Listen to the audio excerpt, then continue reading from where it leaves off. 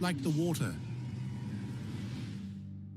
For the longest time, we thought the moon was as dry as a bone, just a dusty rock floating through space with nothing but craters and old Apollo footprints.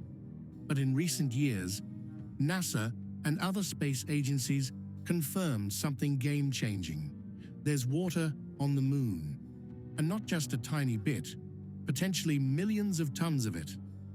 The first hints came decades ago when Apollo astronauts brought back lunar soil samples.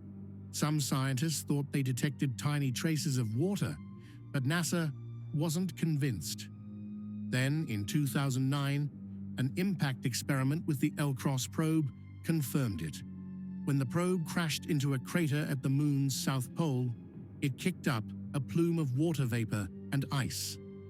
That meant there wasn't just moisture in the soil, there were actual deposits of ice hiding in permanently shadowed craters where sunlight never reaches. And it gets crazier.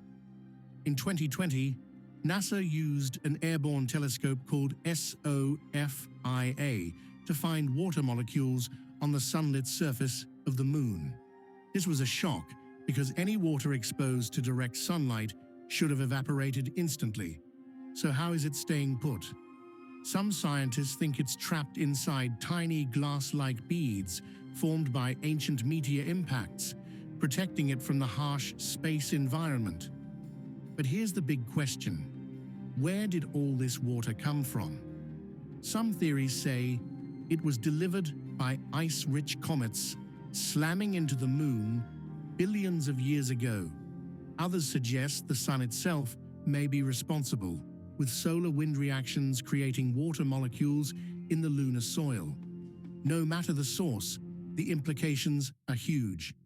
Water on the moon means future astronauts could potentially drink it, use it for fuel, and even sustain long-term lunar bases.